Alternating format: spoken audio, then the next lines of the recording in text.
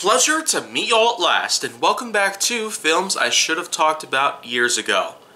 And, well, yesterday I talked a little bit about a film from 2019, which may be considerably recent when you compare it to many other films that I know I've watched. Well, here comes another one that's just a tiny bit more recent in comparison. Murder Mystery, of course, was released in early 2019, but let's get on into something that showed up months later. But unlike Murder Mystery, this one was in fact a theatrical release at the time.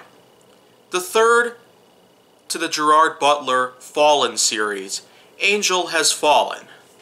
Yeah, let's go ahead and do that pretty much.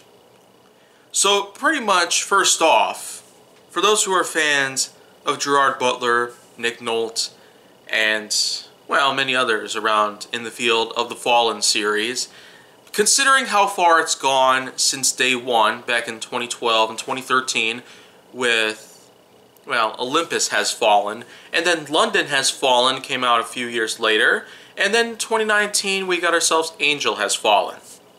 But unlike the other Fallen films out there with Gerard Butler, Morgan Freeman, this one plays out a little bit differently. It was released in mid-August 2019, around the same time that a few other big films out in August 2019 pretty much came out, including Angry Birds 2, 47 Meters Down, Uncaged, Good Boys, which I should probably talk about sometime later, as a matter of fact, considering how big it has already gotten. And then many others, of course, were released in August 2019. So it was quite a busy time for what it was. Probably not as successful as the many months that were before it, but it still was a pretty busy time. It was pretty memorable as far as I could tell as well. But once again, Angel Has Fallen. Of all the releases that had taken place in August 2019, it has itself quite a unique way to give us another set of twists to add on to the Fallen series. I, of course, have gotten to know about the Fallen series at such a young age, especially when they first came out with Olympus Has Fallen. It turned out to be quite a success in most ways. It's mostly remembered as a cult following for the most part, because it was not necessarily quite as big as many others in 2012 and 2013, but it still had its fans across the board. As London Has Fallen and Angel Has Fallen were both released years apart, it is still worth noting that because the series is still going, it's probably not always the case where it might pretty much continue to get better with every new sequel that comes about. Not every franchise out there with sequels happens to be good by any means. For the Fallen series, I will pretty much digress from most standards about how sequels are going to bring the franchise down to the ground and dig their own grave. Because for the Fallen series, Gerard Butler, Morgan Freeman, Nick Nolte, and pretty much the variety of other actors that we've come to know about in the series thus far, this one does seem to hold up quite a bit better. Because when you compare it to the other two, they were certainly about mass terrorists, very akin to other movies out there like Die Hard, Platoon, and Rush Hour. But in terms of how the Fallen trilogy has played out in terms of them, they do a lot differently. Gerard Butler, of course, is the one and only agent in the whole entire world who happens to be the next best thing to such other cliche protagonists out there in the, well, franchise, of course, that is like survival, pretty much. Of course, Gerard Butler's character in the series, as it is now, is very akin to much others. In Angel Has Fallen, though, this is pretty much where Gerard Butler's character happens to be much different in most ways. And for the most part, the plot line revolves around an entire, well, epidemic in where there are indeed a lot of people out there who are out for Butler's character. And as it turns out, it is fair to say that with all the films that have come out, Angel Has Fallen plays out a lot differently. Because unlike the other two, this was a time where the main character is seen as a villain, a possible terrorist who attempted to assassinate the President of America, who of course is played by Morgan Freeman in this case. And the thing is, the entire film is set around Butler's character attempting to get away from all of this and prove that, well, the President was not actually assassinated by Angel, but rather somebody else.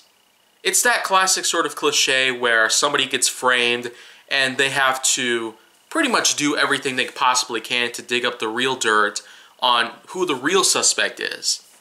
But in this case, I don't necessarily see a lot of value in this exact scenario. It sure is well played by any means. You got all sorts of things out there, from cars and truck chases to shootouts with other members of the terrorist group that is attempting to kill Butler's character. And then of course you have all the scenes where the President is in a coma and is therefore unable to speak out and, well, tell everybody the truth about what really happened out there. So, all in all, it really gives you a lot of hope and a lot of, well, wanting to cheer on for the main protagonist throughout the whole film, because by this point in time, there certainly have been a lot of try-hard attempts at this sort of cliche over and over again. Many have failed, but this one seems to be rather unique. For a Fallen sequel, this one may not necessarily be as good as the predecessors out there in the field, but man, I've barely even talked much about the ending.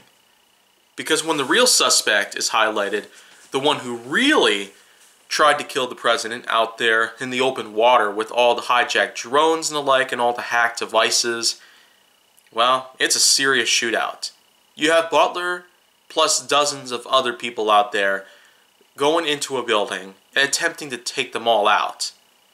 And then, of course, the main ending where both Butler and the main antagonist both sit next to each other, discussing the many troubles they've had. Man, who would have thought that that kind of twist would be coming along? But man, I don't really see that as a very good way to end the sort of conflict that happens inside the film itself. But, I mean, it is still a good effort. They could have done a whole lot of work based on that entire thing, and you know what? I'm not necessarily all open to the whole idea of a fourth film in the Fallen series, but that's mostly up to them. The studios are probably not really wanting to make another sequel, but when you think about how far most other series have gone, Marvel Studios is going to keep making some pretty gigantic MCU films because they continue to rack in billions of dollars. And when you think about how far the John Wick series has gone, with every new sequel that's come about so far, there has been higher box office attendance numbers and critical masses that have come around since the first one had been released back in 2014. So the thing is, sequels always find a way to get better by this day and age. And that's certainly without a doubt, because with all this new technology we've been able to grasp, including our smartphones, tablets, televisions, laptops, and, well, all that stuff, it's no wonder why some sequels happen to be getting better than when they're expected to perform not so good. So, I don't really know for sure what could happen in the future of the Fallen series, but as far as I know, Angel Has Fallen is probably the best I've come to know about so far. In terms of giving it a score, I'd say it's a bit average by any means. Not necessarily something to pay complete total attention to, unlike most other films that we've come to know about that happen to be very successful. But I still have to give it a score anyways. So, by my point of view on this whole entire thing, 6.9. So, again, it's very much like what Murder Mystery pretty much ranked at. Except this one happened to have its own merits that seem to be a bit of their own derivative in comparison to a lot of other films that had this sort of cliche where the protagonist is framed for something they didn't do. So, it's something that's going to be around for a long time. We could probably expect that to happen in the next the John Wick film, or otherwise, but whether there are going to be sequels or reboots or anything to some of these franchises, it's all up to them.